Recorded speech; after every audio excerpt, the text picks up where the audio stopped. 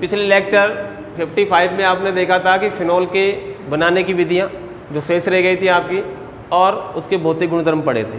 अब अगला जो पॉइंट है फिनॉल के रासायनिक गुणधर्म, और रासायनिक गुण के अंदर अपन बेटे जैसे अल्कोहल में आप लोगों ने विभाजित किया था कि भाई ये कितने प्रकार की रासायनिक अभिक्रिया देते हैं, तो यहाँ पर भी सिस्टम है कि फिनॉल, आपका सूत्र है फिनॉल C6H5OH। तो पहली है जो रासायनिक अभिक्रिया है यहाँ पर फिनॉल के H समूह की अभिक्रिया, कहने का मतलब फिनॉल के OH समूह की अभिक्रिया कह सकते हैं अपन, फिनॉल के OH समूह की अभिक्रिया, ये अपना पहला पॉइंट रहने वाला है अभिक्रिया। अब दूसरा पॉइंट रहने वाला है कि फिनॉल के बेंजीन वलय की अभिक्रिया, अर्थात कहने का मतलब है दूसरा क्या रखोगे, फिनॉल की बेंजीन वलय की अभिक्रिया, बेंजीन वलय की अभिक्रिया, वलय की अभिक्रिया। आप लोगों ने बेटा 11वीं पाठ क्लास में मैंने पढ़ाया था, फिनॉल के अंदर आपने अनुनाद घुमाया था और आपको मैंने एक प्रभाव बताया जिसका नाम है +R प्रभाव। और +R प्रभाव के कारण अपन जानते हैं कि बेटा फिनॉल के अंदर ऑक्सीजन परमाणु पर लोन पेयर होते हैं। क्या होते हैं? लोन पेयर, 2 लोन पेयर है, और दोनों लोन पेयर इसके पाई इलेक्ट्रॉनों के साथ क्या करते हैं बेटा, अन्योन क्रिया करते हैं। और अन्योन क्रिया करने के कारण अपन जानते हैं माइनस माइनस माइनस, तो फिनॉल ऑर्थो पैरा निर्देशकारी है, अर्थात आने वाले, कहने का मतलब अपन जानते हैं ये घुसेगा, माइनस आएगा कि नहीं आएगा, आएगा कि नहीं आएगा, आएगा कि नहीं आएगा, ठीक है। अब आने वाला इलेक्ट्रॉन इसने ही जो है प्लस वाला जो है वो कहाँ जाएगा, ऑर्थो पैरा पे, इसलिए फिनॉल क्या होता है, ऑर्थो पैरा निर्देशकारी, अर्थात जहाँ जाए वो बताता है कि बेटा यहाँ आना। जैसे हेलोएरिन देखा तो वो भी ऑर्थो पैरा निर्देशकारी था +R प्रभाव के कारण। फिनॉल देखोगे लोन पेयर जितने भी है, एनिलीन लो, ये लो, कोई दिक्कत नहीं, सब के सब होते हैं ऑर्थो पैरा निर्देशकारी। इस चीज़ को ध्यान रखो। फिनॉल की बेंजीन वलय की अभिक्रिया, और इसके अंदर आप लोग पढ़ोगे कौन सी अभिक्रिया, इलेक्ट्रॉन स्नेही रासायनिक अभिक्रिया पढ़ोगे, इलेक्ट्रॉन स्नेही प्रतिस्थापन अभिक्रियाओं को पढ़ोगे आप लोग, जिसके अंदर हेलोजनीकरण, सल्फोनीकरण, फ्रेडल क्राफ्ट अभिक्रिया में एल्किलीकरण, फार्मिलीकरण, बहुत सारी अभिक्रिया, इंपॉर्टेंट अभिक्रिया सब आओगे। फिर नंबर 4 तीसरे प्रकार की अभिक्रिया होती है बेटा संघनन अभिक्रियाएं। संघनन अभिक्रियाओं का मतलब होता है कि आप लोग यहाँ पर योग कराओगे और यहाँ पर आप लोग BDC के साथ क्रिया कराओगे फिनॉल की, तो एक रंजक का निर्माण होगा, एक फिनोप्थेलिन है, एक रंजक है ये भी, और ये रंजक है जो क्षारीय माध्यम में हल्का गुलाबी रंग देता है, फिनोप्थेलिन। एक लेटरल मान से अभिक्रिया है जिसमें बेकेलाइट का भी निर्माण होने वाला है। तो अच्छी रासायनिक अभिक्रिया, लेकिन यहाँ पर 1% यहीं से आता है, फिनॉल की OH समूह की अभिक्रिया और H। तो सबसे पहले अपन करेंगे फिनॉल की अम्लीय प्रकृति के बारे में, ठीक है बेटा। तो फर्स्ट अभिक्रिया, ये 3 प्रकार की रासायनिक संघनन अभिक्रियाएं, फिनॉल के OH समूह की अभिक्रिया और H समूह की अभिक्रिया दोनों एक साथ ही करेंगे। और फिनॉल की बेंजीन वलय की अभिक्रिया में केवल इलेक्ट्रॉन स्नेही प्रतिस्थापन अभिक्रिया पढ़ेंगे, और संघनन अभिक्रिया में जो इसकी अभिक्रिया 4-5 रिएक्शन है उनके बारे में अपन पढ़ेंगे। तो अपन सबसे पहला है इंपॉर्टेंट टॉपिक, और इम्पॉर्टेंट टॉपिक के अंदर है बेटा फिनॉल के H समूह की अभिक्रिया, अर्थात फिनॉल की अम्लीय प्रकृति। मैं थोड़ा सा बताता हूँ यहाँ पर। सबसे पहली बात, फिनॉल की अम्लीय प्रकृति, अम्लीय प्रकृति, ठीक है बेटा। अब आप लोग जानते हैं बेटा अच्छी तरह से कि वे यौगिक जो जलीय विलयन में H+ आयन देते हैं ना, वो अम्लीय प्रकृति के होते हैं। पहली बात ये समझना। तो आप लोगों को करना क्या है, सबसे पहले आयनन कराते हैं, फिर कारण बाद में बात करें। रिएक्शन नहीं करेंगे, जैसे सक्रिय धातु सोडियम है, पोटेशियम है, एल्यूमिनियम आदि के साथ क्रिया करके फिनॉक्साइड बनाएगा वो बाद में बात कर लेंगे। अपन सबसे पहले फिनॉल की अम्लीय प्रकृति, और फिनॉल की अम्लीय प्रकृति के कारण अपन बाद में देखेंगे। पहले समझो कि फिनॉल की जब अम्लीय प्रकृति की बात करें तो अपन जानते हैं कि ये तो OH है और लोन पेयर। अब बात है कि ये वाला बंद है, इसके ऊपर छोड़ के जाएगा कि नहीं जाएगा बेटा, क्या आयनन करा रहे हैं, इसका करा दिया आयनन करा दिया, तो ये वाला बंद तो इसके ऊपर छोड़ के चला गया। तो अपन जानते हैं, अपन क्या एक छोड़ के एक बंद लगा देते, कोई दिक्कत कैसे भी कर लो या रिंग बना लो। ये ऑक्सीजन 1 2 3 4 और कैसा आवेश लगाएगा बेटा, ऋणावेश लगेगा। और अपन ने यहाँ H+ को बाहर निकाल दिया, ये बना फिनॉक्साइड आयन। क्या बना बेटा, ये फिनॉक्साइड आयन, ये फिनॉक्साइड आयन। और ये फिनॉक्साइड आयन बनने के कारण इसके जो बेटा Ka का मान है ना, Ka का मान जो होता है 10 की घात -10 के क्रम का होता है, ठीक। फिर मैंने आप लोगों को ये तो बताया किसके लिए, फिनॉल के लिए बता रहा हूँ। और अपने एल्कोहल के लिए किया था 10 की घात -16 से लेकर 10 की घात -18 के क्रम का किया था। बोलो किया था कि नहीं किया था पिछले पार्ट में। और अपने जल का आयनिक गुणनफल Kw का मान किया था 10 की घात -14 के क्रम का है। जितने भी कार्बोक्सिलिक अम्ल होते हैं, जितने भी कार्बोक्सिलिक अम्ल होते हैं COOH अधिकतर का जो मान होता है वो 10 की घात -3 के क्रम का होता है बेटा। और कार्बोनिक अम्ल अर्थात H2CO3 की बात करो, कार्बोनिक अम्ल मतलब H2CO3 की बात करो तो इसका मान जो होता है वो 10 की घात -5 के क्रम का होता है। तो ये इनके के मान है जिसको आप लोग अम्ल का वियोजन स्थिरांक बोलोगे, ठीक है। अब दूसरी बात, सबसे पहली बात है कि फिनोल की अम्लीय प्रकृति की बात है कि जब फिनोल का आयनन कराते हैं, क्या कराते हैं बेटा, आयनन कराते हैं तो फिनोक्साइड आयन बनता है। और फिनोक्साइड आयन अनुनाद के कारण स्थायित्व प्राप्त कर लेगा। अनुनाद के कारण क्या कर लेता है, स्थायित्व प्राप्त कर लेता है, इसीलिए फिनोल अम्लीय प्रकृति का होता है, पहली बात। दूसरी बात, इसके Ka का जो मान होता है वो 10 की घात -10 के क्रम का होता है। हम जानते हैं कि Ka बराबर होता है -log pKa। क्या होता है बेटा, pK एक सूत्र है बेटा, ये है ना। Ka बराबर होता है -log pK। कहने का मतलब आपकी किताब में दिया हुआ है कि प्रतिस्थापियों का प्रभाव पड़ोगे तो एक सारणी है जिसमें आपको लिखा हुआ है कि प्रबल अम्लों के लिए Ka का मान तो अधिक होता है और नेगेटिव है ना तो pKa का मान कम होगा। क्या होगा, तो मैं शॉर्ट रूप में आपको बता रहा हूँ, सीधा सिस्टम है। रामायण तो बहुत सारी है इसकी, कारण मैं आपको 2-3 कारण बताऊंगा। 3 कारण आपकी बुक्स में भी दिए हैं कि इसकी अम्लीय प्रकृति का कारण क्या है। पहला कारण तो यही है, पहला कारण जब आप लोग फिनोल का आयनन कराते हैं तो फिनोक्साइड आयन बनेगा, बन गया फिनोक्साइड आयन। अब फिनोक्साइड आयन बनाते हैं तो इसके Ka का जो मान होता है वो कितना होता है, 10 की घात -10 के क्रम होता है, जो अनुनाद के कारण स्थायित्व प्राप्त कर लेगा, जिससे विलयन में उपस्थित H+ आयन की पुनर्मिलन संभावना घट जाती है। घटेगी तो अम्लीय प्रकृति बढ़ जाती है। एक तो लैंग्वेज ये होती है, सीधा सिस्टम, समझ में आ रही बात। फिर उसके बाद आपने Ka का मान लिख दिया, सब कुछ लिख दिया, फिर आपने क्या हो गए, Ka का जो मान होता है Ka बराबर होता है बेटा -log pK, या हम Kb बोलेंगे। Kb A का मतलब एसिड, B का मतलब बेस मतलब क्षार। तो यदि किसी क्षार के बारे में बात करें तो Kb बराबर होता है -log pKb। क्या होता है बेटा, pKb। तो ये उल्टा मानना है, क्षारों के लिए है, ये अम्लों के लिए है। दूसरी बात हम ये कह सकते हैं कि बेटा Ka व्युत्क्रमानुपाती pKa। अब जैसे आपको किसी का Ka का मान दिया हुआ है, 4-5 ऐसे हैं अम्ल जिसमें Ka का मान किसी का 10 दे रखा है, किसी का 5 दे रखा है, किसी का 4 दे रखा है, किसी का 2, किसी का 3। तो इनकी अम्ल की प्रबलता के क्रम में व्यवस्थित करो, तो जिसके Ka का मान अधिक है ना वो प्रबल है। उल्टा बोले, pKa के मान दे रखा है, किसी का 10 है, किसी का 5 है, किसी का 4 है, तो उल्टा करना, जिसके pKa का मान अधिक होता है वो दुर्बल अम्ल होगा। समझ में आई। तो उल्टा काम करना, ये लैंग्वेज आपकी लिखी है, छांटने की कोशिश करना। बाकी मैं आपको बता रहा हूँ कि फिनोल की अम्लीय प्रकृति या गुण, जब फिनोल का आयनन कराते हैं तो फिनोक्साइड आयन बनता है, जो अनुनाद के कारण स्थायित्व प्राप्त कर लेगा। और H+ जो विलयन में प्रोटॉन है, H+ दिख रहा है, उसकी पुनर्मिलन संभावना घटेगी। इसके Ka का मान 10 की घात -10 के क्रम का होता है। हम जानते हैं Ka बराबर होता है -log pK, अर्थात प्रबल अम्लों के लिए, प्रबल अम्लों के लिए Ka का मान अधिक और pKa का मान कम होगा। पहली बात तो ये, ठीक है। तो अभी यहाँ तो आप लोग पुनर्मिलन। अब दूसरी बात है कि भाई अपने प्रश्न कई बार पूछा गया है, हर साल, एक साल छोड़ के एक साल तो मैं देखता ही हूँ कि फिनोक्साइड आयन में अनुनाद घुमाता है वो, कि फिनोक्साइड आयन में अनुनाद कीजिए या घुमाइए। तो यहीं पर आएगा टॉपिक फिनोक्साइड आयन के बारे में। तो ये चीज़ तो हो गई आपकी क्लियर। अब क्या करना है, फिनोक्साइड आयन जो बना है उसमें अनुनाद किस प्रकार का होगा उसके बारे में बात करेंगे अपन। तो फिनोक्साइड आयन में अनुनाद अपन हेडिंग डालेंगे और टॉपिक्स यही वाला है। तो अपनी हेडिंग क्या हो जाएगी, फिनोक्साइड आयन, फिनोक्साइड आयन में अनुनाद। क्या से बना बेटा फिनोक्साइड आयन अपना, ये वाला। एक छोड़ के एक बंद लगा दीजिए, ऑक्सीजन 1 2 3 4 और क्या लगा दिया, ऋणावेश लगा दिया।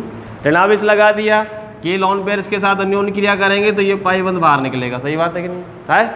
अब यहाँ करोगे तो ये अनुनाद को आप लोग इस प्रकार से बताओगे, ठीक। अब बताने की बात है कि एक चीज़ और बताऊं, इसके अंदर आवेश का पृथक्करण नहीं हुआ। आवेश का पृथक्करण नहीं हुआ कि इनका मतलब है कि ये ऋणावेश दिख रहा है। अब आगे और बताऊं तुमको, ये जब बाहर निकला ऑक्सीजन, ये द्विबंध हुआ कि नहीं हुआ बेटा, अरे हो गया, अरे दोनों इलेक्ट्रॉन्स यहाँ आ गए, देवबंद। यहाँ पर ये ऑक्सीजन यूं के यूं। अब ये जो ऋणावेश है इसका मतलब ये 2 इलेक्ट्रॉन होते हैं। जब ऋणावेश है तो ऋणावेश 1 2 3 4 और ये ऋणावेश। बोलो कोई दिक्कत है क्या? अब ये मत समझना साहब कमी हुई, कमी नहीं हुई यहाँ पे। अरे पहले से एक्स्ट्रा वेटेज था, उसको हटाया हमने, हटाया तो ऋणावेश यहाँ था तो यहाँ आ गया। अब ये ऋणावेश है तो ये अंदर जाएगा तो ये पाइबंद बाहर की तरफ निकलेगा। जब बाहर निकलेगा तो आप अगले अनुनादी स्ट्रक्चर क्या बनाओगे? ये ऋणावेश यहाँ पहुँच गया, यहीं पहुँचेगा। पाइबंद कहाँ पहुँचेगा? 1 2 3 4 ऑक्सीजन 1 2 3 और ये हाथ में लग। कई बार बच्चे क्या है गड़बड़ करते हैं कि यार गुरुजी ने ऐसा कुछ बताया कि यहाँ जब कमी होती है तो धनावेश लगा देते हैं। यदि तुमने धनावेश लगा दें तो मामला गड़बड़ कर दे। ध्यान रखना आंखों खोल के, ये ऋणावेश ही अंदर कर रहा है कार्यक्रम, तो दोनों लोन पेयरों को यहीं रखना। कमी नहीं हुई यहाँ पे, एक्स्ट्रा चीज़ था, मेल माकड़ उसको बाहर निकाला है, मतलब साफ कर दिया मामला। इसके बाद ये पाइबंद कहाँ गया? सॉरी, ऋणावेश अंदर, तो पाइबंद कहाँ गया बेटा? बाहर आ गया। बाहर आ गया तो ऋणावेश यहाँ लगा और ये द्विबंध ऑक्सीजन 1 2 3 4 हो गया। अब यहाँ पर ये बंदा आ गया बेटा अंदर, पाई इलेक्ट्रॉन्स, और ये वाला वापस बाहर पहुँच गया। बाहर पहुँच गया तो आपका अनुनाद जब खत्म होता है 3 लाइनों से आप लोग इसको बताओगे और इस प्रकार से इसकी स्ट्रक्चर बना दोगे। सिंगल बंद लगाना, ऑक्सीजन 1 2 3 4 और ये ऋणावेश लगाना, आंशिक ऋणावेश आंशिक ऋणावेश आंशिक ऋणावेश, डॉट डॉट कर देना। तो ये है बेटा फिनोक्साइड आयन की अनुनादी संकर अवस्था। ठीक है, अब बात सुन लो इसके अंदर कि ऑक्सीजन था और यहाँ पर ऑर्थो पैरा पोजीशन पे भी ऋणावेश है, तो मतलब आपकी लैंग्वेज लिखे बुक्स के अंदर जब फिनोक्साइड आयन में अनुनाद होता है तो यहाँ पर आवेश का पृथक्करण नहीं होता। आवेश का पृथक्करण का मतलब होता है कि धन और ऋण नहीं होता, केवल ऋण है। भाई देखो ऑक्सीजन पर ऋण है और ऑर्थो पैरा पोजीशन पे भी तो ऋण आया, जिसके कारण ये वाला जो आयन है ना वो अधिक स्थायी होगा। फिर आप लोग थोड़ा सा मनन करो, मैं अभी लिखूंगा, बाद की बात है। फिनोल में अनुनाद घुमा रहे, फिनोल में जब अनुनाद घुमाओगे, देखो आप यहाँ पे ये फिनोल लिया, जब आप लोगों ने फिनोल में अनुनाद घुमाया तो बेटा यही तो सूत्र बनाया फिनोल का, ये वाला है। जब घुमाया तो अपन देखते हैं कि ये जो दोनों इलेक्ट्रॉन है वो अंदर गए, और अंदर गए तो द्विबंध, तो यहाँ पर प्लस आया कि नहीं यार? यहाँ पर आपका ऋणावेश, दूसरी स्ट्रक्चर यही तो बढ़ेगी। तो यहाँ पर कौन सा आवेश है? धन, और यहाँ पर इन पोजीशनों पे कौन सा आने वाला है? ऋण। अर्थात इस कंडीशन पर आवेश का पृथक्करण होता है। इसलिए फिनोल की जो अनुनादी स्ट्रक्चर है ना, उसकी तुलना में फिनोक्साइड की जो अनुनादी स्ट्रक्चर है वो अधिक स्थायी होती है, और अधिक स्थायी होने के कारण H+ पुनर्मिलन संभावना घट गई, अम्लीय प्रकृति बढ़ गई। पहली बात। दूसरी बात, फिर आपसे प्रश्न, ये अलग सिस्टम है, मैं आपको बाद में और बताऊंगा कि यहाँ जानते ऑर्थो पोजीशन और पैरा पोजीशन पर ऋणावेश आया है। अब इस ऑर्थो पैरा पोजीशन पर यदि आप लोग कोई इलेक्ट्रॉन आकर्षी समूह जैसे Cn है, NO2 है, CHO है, COOH है आदि समूह को यदि अपन जोड़ोगे तो इस ऋणावेश में कमी करेंगे कि वृद्धि करेंगे बेटा? कमी करेंगे, खींच रही है। इलेक्ट्रॉन आकर्षी का मतलब खींचना। पहले ऋणावेश यहाँ आया, फिर यहाँ आया, फिर यहाँ आया, फिर यहाँ पहुँचेगा, और यहाँ पहुँचते ही H को तुरंत कैच करेगा। अरे यहाँ आया। अब आपने क्या कर दिया? कोई इलेक्ट्रॉन आकर्षी समूह जैसे NO2 है, आपने लगा दिया CHO, Cn है, CHO है, COOH है, कोई भी समूह जोड़ो, जो मैंने आपको बता रहा है कि -I प्रभाव वाले मुख्य रूप से। अब जोड़ा तो ये ऋणावेश यहाँ, पहले यहाँ जोड़ा, खींचेगा ऋणावेश को, खींचेगा तो यहाँ पहुँचने में टाइम लगा कि नहीं लगा? जब टाइम लगा तो विलयन में H+ अधिक देर तक पड़ा रहेगा। एक और लगा दिया और अधिक देर तक पड़ा रहेगा, एक और लगा दिया और अधिक देर तक पड़ा रहेगा, जिसमें आप लोग जाते हैं NO2 तो पिक्रिक अम्ल है, और पिक्रिक अम्ल एक प्रबल अम्ल होता है, और अम्ल होने का कारण है इसके अंदर NO2 समूह का आकर्षी समूह का प्रभाव। समझ भाई? और इसके कारण क्या होगा बेटा? कहने का अब समझो सीधी बात कि यदि फिनोल की ऑर्थो पैरा पोजीशन पर कोई इलेक्ट्रॉन आकर्षी समूह को आपने जोड़ दिया तो फिनोल की अम्लीय प्रकृति बढ़ गई। और यदि आपने कोई इलेक्ट्रॉन प्रतिकर्षी समूह जोड़ा, जैसे आप लोगों का एल्किल समूह देख लो, आप तो कोई भी एल्किल समूह R जोड़ो, ये क्या करेगा? धक्का मारता है। धक्का मतलब यहाँ जोड़ा, यहाँ जोड़ा, यहाँ जोड़ा। जैसे ऑर्थोक्रिसोल है, ऑर्थोक्रोसिल लिया, पैरा लिया, मेटा लिया, तो बाद में बात करेंगे। ऑर्थो ले लिया, फिर 1 2 2 पोजीशन में ले लेंगे, फिर तीनों पे क्षेत्र लगा दिया। तो कहने का मतलब है कि ये क्या करते हैं? धक्का मारेंगे, या ऋणावेश को झेलने की कोशिश नहीं करेंगे। भाई तू भग जाए यहाँ से, यहाँ आते ही कहेगा जा आगे भग, और भग गया, ऋणावेश वहीं पहुँचेगा। जब पहुंचेगा तो H+ को तुरंत ग्रहण करेगा, अम्लीय प्रकृति को क्या कर देगा, डिक्रीज कर देगा, घटा देगा। कहने का मतलब जैसे जैसे -I प्रभाव वाले समूह इसकी ऑर्थो पैरा पोजीशन पर बढ़ाओगे अम्लीय प्रकृति बढ़ेगी, और जैसे जैसे +I प्रभाव के समूह बढ़ाओगे अम्लीय प्रकृति घटेगी। और अम्लीय प्रकृति घटने का कारण आप लोगों का यही है जिसको आप लोग बता सकते हो। हाँ बेटा देखो, आप फिनॉल की जो अम्लीय प्रकृति है उसके बारे में मैंने आपको अभी बताया थोड़ी देर पहले ही। फिनॉल की अम्लीय प्रकृति पर प्रतिस्थापियों का प्रभाव, पहली बात। अब यहाँ प्रतिस्थापियों के प्रभाव के बारे में बात करेंगे बेटा। अभी आप लोगों ने क्या किया था कि जब फिनॉल का आयनन कराया था, तो फिनॉल का जब आयनन आप लोगों ने कराया तो फिनॉक्साइड आयन बना था बेटा, है ना। ये फिनॉक्साइड आयन दिख रहा है, फिनॉक्साइड आयन। अब फिनॉक्साइड आयन में जब अनुनाद था तो उस कंडीशन में आपने देखा था इसकी ऑर्थो पोजीशनों पे क्या आया था, आंशिक ऋणावेश आया। सबसे पहली कंडीशन है कि यदि नंबर 1 यदि इसकी ऑर्थो तथा पैरा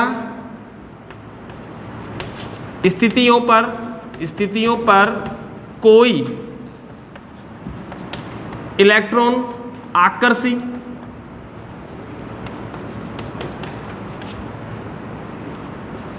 समूह जोड़े तो अब सुनो, कोई इलेक्ट्रॉन आकर्षी समूह मतलब जैसे NO2,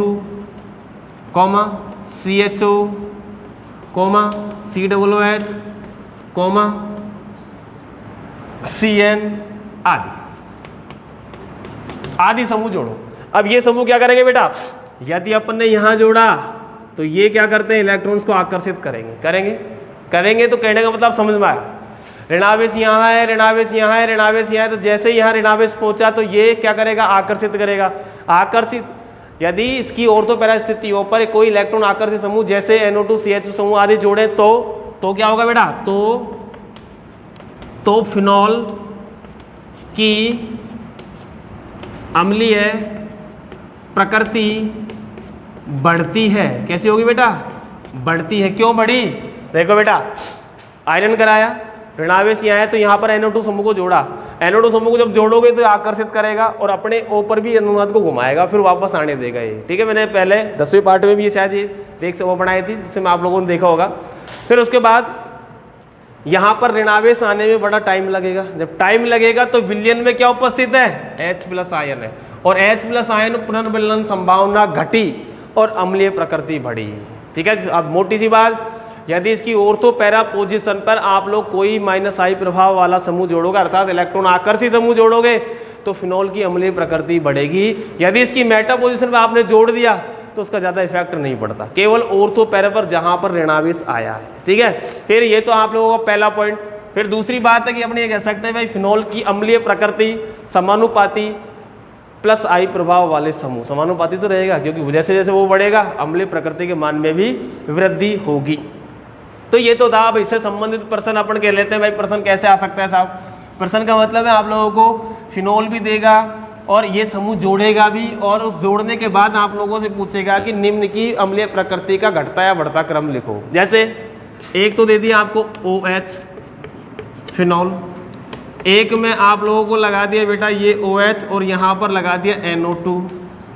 एक में क्या किया, एक में किया OH लगाया और यहाँ पर भी लगा दिया NO2, और एक में आप लोगों को OH लगाया, एक NO2 यहाँ लगाया और एक NO2 बेटा यहाँ लगाया।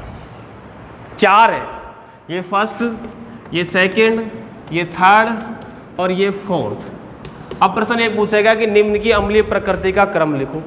अब देखो, अपन जानते हैं फिनॉल में जब अनुनाद घुमाते हैं तो इसकी ऑर्थो पैरा पोजीशन ऋणावेश आता है, और अपन ने NO2 समूह कौन सा जोड़ा, इलेक्ट्रॉन आकर्षी। जैसे जैसे इलेक्ट्रॉन आकर्षी समूह बढ़ेंगे अम्लीय प्रकृति भी बढ़ेगी। अब 1 नंबर देखो, इनमें तो अम्लीय प्रकृति अधिक है, 1 नंबर की सबसे कम अम्लीय प्रकृति होगी 1 नंबर की। 1 नंबर मतलब फिनॉल की, जिसको अपन जमा देंगे। अब देखो सेकंड में देखो, थर्ड में देखो और फोर्थ में देखो। सेकंड में ऑर्थो पोजीशन पर NO2 और थर्ड में मेटा पोजीशन, तो मेटा पोजीशन का ज़्यादा इफेक्ट नहीं होता।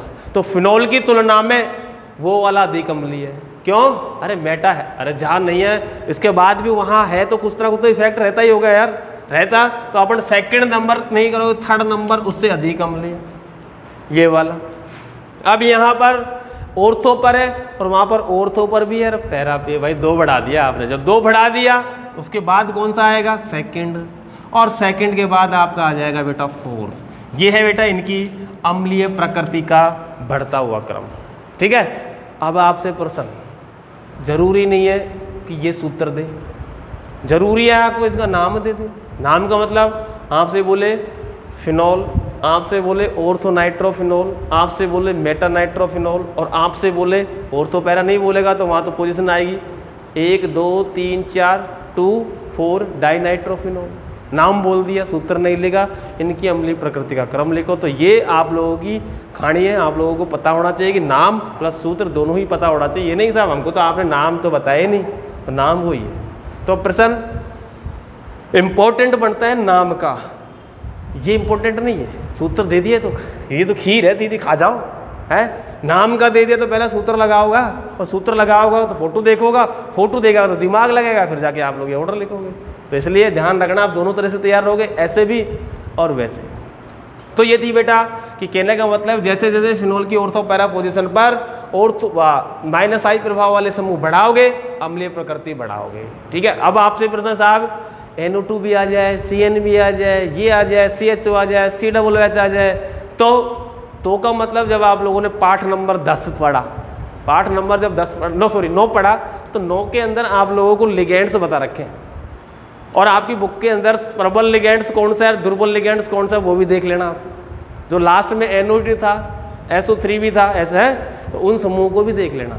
तो जिस हिसाब से, जैसे तुम्हारे प्रश्न पूछने लायक है ही नहीं, ये तो आपने जब MSc करते हैं ना तब आते हैं प्रश्न कि कौन सा प्रबल है कौन सा दुर्बल, अलग अलग आपको नहीं देगा कि यहाँ पर NO2 जोड़ रखा है और यहाँ पर फिर CN जोड़ दिया, वहाँ पर वो जोड़ दिया, एक ही ऑर्थो पोजीशन है। तो ऐसा प्रश्न कोई बनने वाला नहीं है, इसको ध्यान रख लेना। ठीक है। फिर भी यदि आप लोग तो किसी रेफरेंस बुक का सहारा लेते हुए इनकी प्रबलता के क्रम को आप लोग देख सकते हो। जो अधिक प्रबल है वो अधिक अम्लीय होगा, पक्की बात है। ठीक है। सेकंड पॉइंट होता है इसके अंदर बेटा कि यदि आपने इसकी ऑर्थोपैरा पोजीशन पर कोई +I प्रभाव वाला समूह जोड़ दिया, इलेक्ट्रॉन प्रतिकर्षी जोड़ा सेकंड पोजीशन, कि आप लोग यदि फिनॉल की ऑर्थोपैरा स्थिति पर कोई +I प्रभाव, मतलब इलेक्ट्रॉन प्रतिकर्षी समूह, कोई +I प्रभाव वाला समूह जोड़े तो फिनॉल की अम्लीय प्रकृति क्या होगी बेटा? अरे घटती है, इस चीज को ध्यान रखना। घटेगी क्यों? अरे धक्का मारने का काम है इनका, तो केवल धक्का भगो, यहाँ से भगो, लेने का कोई काम नहीं है। धक्का मतलब जैसे मुख्य रूप से R समूह, मुख्य रूप से OR समूह, एल्किल समूह, एल्कोक्सी समूह। अब जैसे आप लोगों को बोला, एक तो फिनॉल बोला है, एक आपको ऑर्थोक्रिसोल बोला, ये ऑर्थोक्रिसोल बोला, एक आपको ऐसा करते हैं, ये समूह जोड़ा, OH जोड़ा, अपने ये समूह थोड़ा सा बड़ा कर दिया, बड़ा भाई आ गया, मोटा भाई है, ज़्यादा धक्का देगा, ताकत उस मोटे की ज़्यादा है? अब और मोटा जोड़ दो भले ही आप, और एक मोटे के साथ छोटा जोड़ दो, कोई दिक्कत नहीं, एक छोटा भाई का हो गया और एक अपना मोटा भाई हो गया, ताकत तो ही। अब यहाँ देखो +I प्रभाव वाला एक समूह, वहाँ पर भी एक है लेकिन वो बड़ा वाला है, वहाँ पर 2 है, एक छोटा और एक मोटा, तो सबसे अधिक अम्लीयता फिनॉल की, उससे कम भाई सही है, उससे कम सही है, मैंने उस हिसाब से इनको जमाए।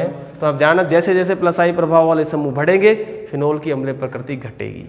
अब यहाँ पर अलग आ जाए कि अब तुमको गोचपोच वाला आ जाए, माइनस वाला भी समझ में आया, उस वाला भी समझ आया, तो मैं आपको और बताता हूँ कि यहाँ इस प्रकार से ध्यान रखना, यदि फिनॉल की ऑर्थोपैरा स्थितियों पर कोई +I प्रभाव वाला समूह जैसे R या फिर OR समूह जुड़ा हुआ हो तो फिनॉल की अम्लीय प्रकृति घटेगी। ये व्युत्क्रमानुपाती होगा और माइनस आई प्रभाव के ये समानुपाती होगा। इस चीज़ को ध्यान रखना, वेरी वेरी इंपॉर्टेंट है। ऐसा सवाल 101% आ सकता है बोर्ड के अंदर, तो इस चीज़ को ध्यान रखना, ठीक है। आगे अब आप लोगों से अलग प्रश्न पूछे कि भाई निम्न की अम्लीय प्रकृति का क्रम लिखो। कोई सा भी पूछे, घटता बढ़ता, वो देख लेना आप लोग। जैसे अलग अलग जमा दिए प्रश्न। आ गया अगला, जैसे आप लोगों का एक तो दे दिया फिनॉल, एक दे दिया OH करके NO2 ही जोड़ देते हैं। एक दे दिया बेटा ये OH करके ये CH3 जोड़ दिया और ये भी CH3 जोड़ दिया। एक जोड़ दिया कि OH जोड़ा, ये NO2 जोड़ा, ये NO2 जोड़ा और ये NO2 जोड़ा, ठीक है। और एक और ले लेते हैं, और एक और के अंदर ले लेते हैं OH जोड़ा, ये C2H5 और यहाँ पर ये CH3। तो निम्न की अम्लीय प्रकृति का घटता या बढ़ता क्रम लिखो। तो देखो बेटा, माइनस आई प्रभाव वाला, ये प्लस आई प्रभाव वाले, ये माइनस आई प्रभाव वाले, यहाँ पर कुछ भी नहीं है, यहाँ पर दोनों प्लस आई प्रभाव वाले। अब सबसे अधिक अम्लीयता मैं ए लिख रहा हूँ, इसको बोलो है कि नहीं इसकी, क्योंकि 3 माइनस आई प्रभाव वाले समूह। अब उससे कम में आओ, पहले माइनस आई प्रभाव को टटोड़ना है अपन को, ठीक है। NO2 दिख रहा है, ये बी वाला उससे कम। अब माइनस फिर ढूंढो, फिर प्लस कम नहीं ढूंढना, फिर फिनोल को ढूंढना यदि है तो। अब C उससे कम। अब यहाँ प्लस में देखो, बड़ा भाई छोटा भाई और दोनों छोटे छोटे भाई। अब छोटे छोटे भाई की तो ताकत कम ही है, ताकत कम है तो यहाँ आ जाओ D, और ये है हो गया आपका E जो लिखा है सबसे कम, A लिखा है जो सबसे अधिक। तो इस चीज़ को छांटना। मैंने आप लोगों को 11वीं क्लास की किताब को आपने जो नोट्स है उसमें भी देखना कि प्लस आई प्रभाव वाले समूह कौन से हैं और माइनस आई प्रभाव वाले समूह कौन से हैं। माइनस आई प्रभाव के डिफरेंट समूह आपको कभी नहीं लगाएगा, प्लस आई प्रभाव वाले समूह लगा सकता है, लेकिन इस चीज़ को छोटा और बड़ा देख लेना, इसमें तो कोई दिक्कत ही नहीं आई, समझ भाई। फिर इसके बाद यदि मैथोक्सी समूह जोड़ा ना, तो मैथोक्सी समूह की जो ताकत है प्रतिकर्षण की ज़्यादा होगी, क्योंकि ऑक्सीजन परमाणु है और ऑक्सीजन परमाणु ऋणावेश से होता धक्का तुरंत देगा। तो एल्कोक्सी वाले का इसकी तुलना में अधिक प्रभाव रहने वाला, अर्थात अम्लीय प्रकृति उसकी घटेगी। तो ये बेटा अम्लीय प्रकृति के बारे में मैंने आपको बताया। फिर वापस बताता हूँ, फिनॉल की अम्लीय प्रकृति जब बताओगे तो सबसे पहले फिनॉल का आयनन कराना, फिनोक्साइड आयन बनाना, फिनोक्साइड आयन में अनुनाद घुमाना और इसके Ka का मान बताना। और आपकी किताब के अंदर एक सारणी बनी हुई है, उस सारणी के अंदर बेटा देखो pKa के मान दिए हुए। यदि तुमसे अलग अलग सवाल दें कि इनके pKa के मान है, जिसका मान pKa का देगा, जैसे ऊपर वाला था ऑर्थोक्रोसोल का 10 पॉइंट के आसपास है, 10.2 है, तो 10.2 है। फिर नीचे धीरे धीरे जा रहे हो तो हम प्लस आई प्रभाव घट रहे हैं या माइनस प्रभाव बढ़ रहे हैं, किताब को खोलना आप लोग सबके साथ, उसमें देखना जिसके pKa का मान सबसे अधिक वो सबसे दुर्बल अम्ल है, और Ka का मान जिसका सबसे अधिक होता है वो प्रबल है। तो आपकी किताब में pKa के मान दिए, उस चीज को ध्यान रखना, जिसके pKa का मान अधिक है ना वो दुर्बल है, ठीक है बेटा, अधिक है उसका, और जिसका कम है वो प्रबल है। और Ka का मान अधिक है प्रबल और कम है तो दुर्बल होने वाला है। तो ये थे बेटा फिनॉल की अम्लीय प्रकृति के बारे में। तो अब आप लोग भाई कोई ऐसी समीकरण लिखो कि भाई फिनॉल की अम्लीय प्रकृति आपको मालूम पड़ जाए। तो इसके अंदर आप सबसे पहले रिएक्शंस कराओगे सक्रिय धातुओं के साथ,